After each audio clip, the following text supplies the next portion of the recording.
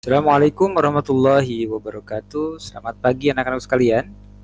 Kelas 6 di pembelajaran jarak jauh kita kali ini akan melanjutkan materi sebelumnya, yaitu meneruskan tentang materi kiamat, hari akhir. Nah, sekarang kita akan belajar macam-macam kiamat. Macam-macam kiamat itu yang pertama kiamat sugro dan yang kedua itu adalah kiamat kubro.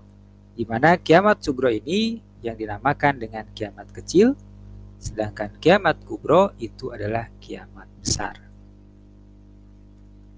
Kita lihat kiamat sugro atau kiamat kecil, contohnya itu gunung meletus, kemudian banjir, lalu ada lagi tsunami, lalu kematian seseorang, itu adalah kiamat sugro.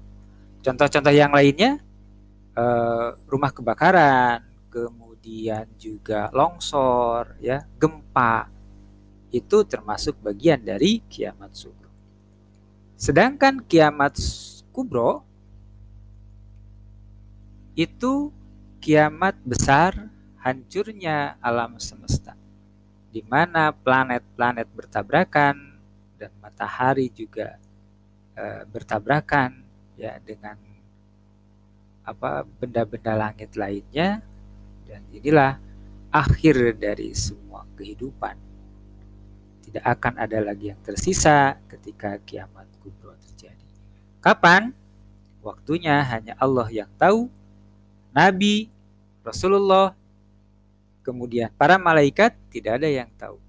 Yang tahu itu hanyalah Allah.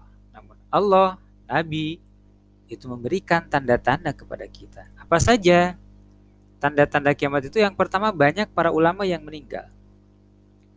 Orang-orang yang paham akan agama itu banyak yang meninggal. Kemudian ilmu agama dianggap tidak penting. Mereka lebih mementingkan ilmu-ilmu tentang keduniaan.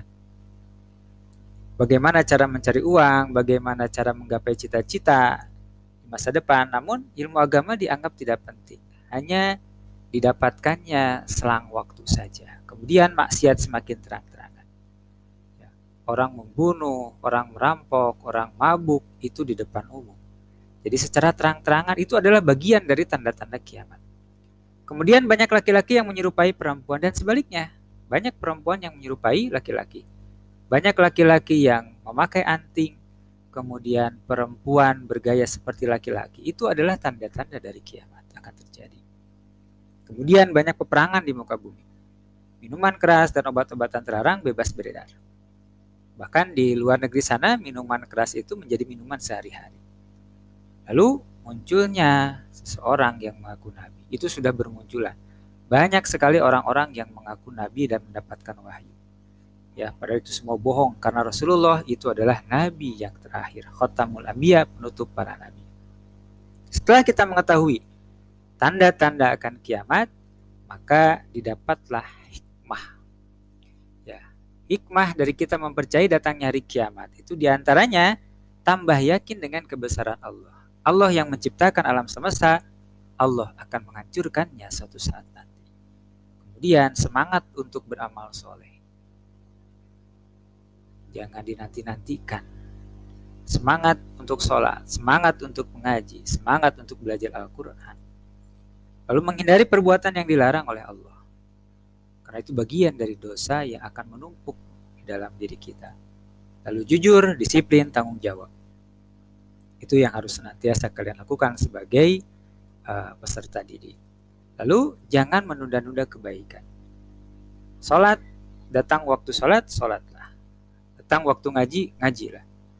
Banyak baca Quran. Mau bersedekah, jangan dinanti-nanti. Bersedekahlah saat ini.